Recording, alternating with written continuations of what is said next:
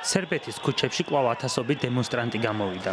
ისინი პრეზიდენტ ალექსანდრ ვუჩიჩის გადადგომას ითხოვენ. სერბეთში მიმდინარე მშვიდობიანი საპროტესტო აქციები გასულ დღეებში შეტაკებაში გადაიზარდა.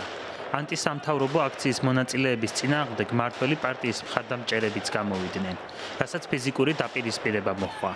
ორი დღეა სერბეთის სხვადასხვა ქალაქში აქციის მონაწილეები და სამართალდამცველები ერთმანეთს უპირისპირდებიან.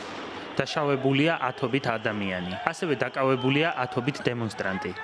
სამართალდამცველებმა ანტისამთავრობო აქციის მონაწილეების წინააღმდეგ ცრემლსადენი გაზი გამოიყენეს. ქვეყანაში ვითარება კიდევ უფრო იძაბება, ისინი ხალხისგან ამ ხელა წინააღმდეგობას არ ელოდნენ, განსაკუთრებით აგვისტოს შუა რიცხვებში. შეიძლება ამ ყველაფერმა მათზე ძალიან ცუდად იმოქმედოს. ეს ძალადობას აშინელებაა, დროა შეიცვალოს რაღაც.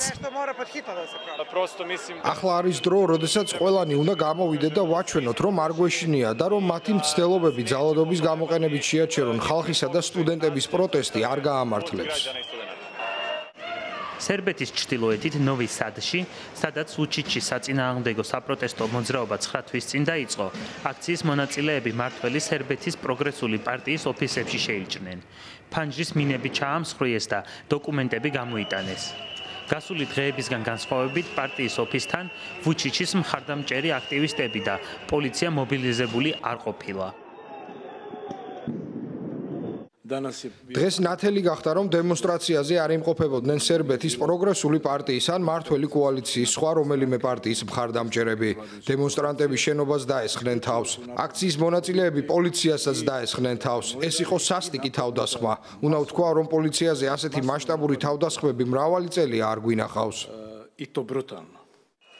დემონსტრანტების დარბევაზე საუბრისას პრეზიდენტმა ვუჩიჩმა განაცხადა, რომ სერბეთში სახელმწიფო გაიმარჯვებს.